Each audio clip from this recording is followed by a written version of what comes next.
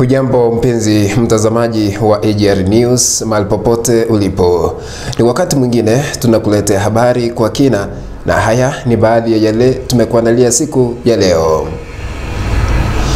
Ruto afungua miradi mbalimbali ya maendeleo katika kaunti ya Kwale. Nitatangaza ikiwa nitawania kiti cha urais baada ya kitendawili cha BBI kuteuliwa, Raila Odinga asema.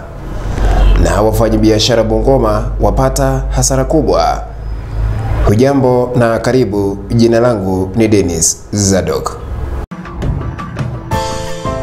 Naibu wa Rais William Ruto alifanya ziara ya maendeleo katika kaunti ya Kwale na kuzindua miradi mbalimbali ya ustawi wa eneo bunge la Lungalunga, huku akifungua kituo cha polisi cha Mwangulu. Ruto pia aliongoza mchango wa makanisa katika eneo hilo na kuomba Wakenya kuishi na amani kila wakati. Mbunge wa eneo hilo la Lungalunga, Katibu Mwashetani, alisema bado wangali katika chama cha Jubilee, akidai hela nyingi zimeenda kaunti ya Kisumu baada ya handisheki.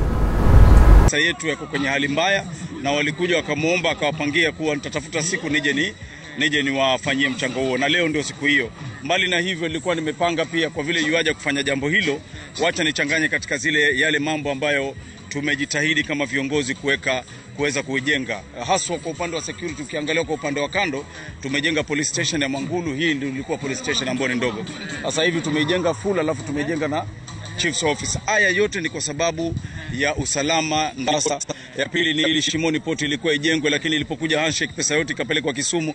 Kwa hivyo haya ni mambo ambayo yanatuumiza na sisi tunaona. Kwa hivyo mwananchi, sio sisi tunaopeleka, lakini mwananchi mwenyewe ameamua ende njia ile ambayo ni hasa. Kiongozi wa chama cha ODM Raila Odinga amesema kufikia mwisho wa mwezi huu angalau mabunge 28 ya kaunti yatakuwa yamepitisha mswada wa marekebisho ya katiba ili kutoa mwanya wa kura za maamuzi kuandaliwa kufikia mwezi wa Juni. Akizungumza na waandishi wa habari, Raila Odinga alisema atatoa uamuzi wake iwapo atawania kiti cha urais baada ya kitendawili cha BBI kuteuliwa nchini. Wafanyabiashara mjini Bungoma wanakadiria hasara kubwa baada ya kubomolewa eneo ambapo wamekuwa wakifanyia biashara zao. Wafanyabiashara hao walilalamikia hasara hiyo na kusema hawakuruhusiwa kuondoa bidhaa zao na kuomba serikali kutoa msaada kwao ili kujiendeleza.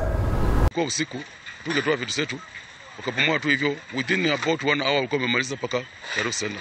Surprisingly, sisi hatu kupewa wamaribu mali yetu, lakini ukifika Sharuk Center waachia waondoe mali yao. So tunashanga what is the difference, ama wanatumia mbinu gani? Huko paka sasa hivi mama amepewa time waondoe. Hapa hawakujali. So tunashanga wanatumia utatikani. Kwa nini hiyo upakuzi? That situation. Sisi ungepewa time tutoe vitu zetu, because it was a matter of 1 day or so. Tungetoa mali yetu na wangeendelea, because hatuko na resist.